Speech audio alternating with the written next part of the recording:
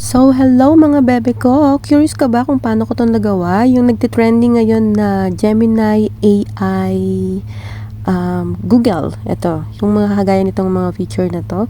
So, madali lang siyang gawin. Kung gusto mo, sundan mo lang yung ating tutorial kung paano natin 'to ginawa. So, yon, punta ka lang sa Google, tapos type mo lang yung Gemini.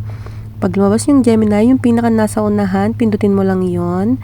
Tapos ipe-paste ko na lang yung kokopyahin ninyo na prompt para kay Gemini. So, ino-note natin siya. Makikita nyo yan sa comment section.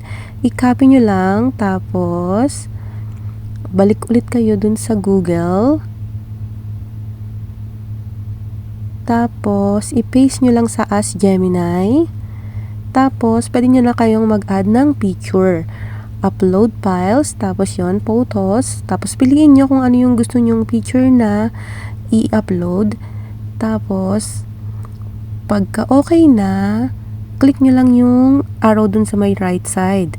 Tapos wait lang ng mga ilang segundo, tapos magagawa na yung picture na gusto ninyong i-upload.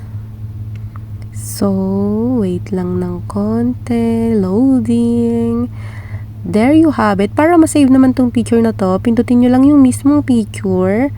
Tapos sa right side, sa bandang kanan, may nakalagay na download.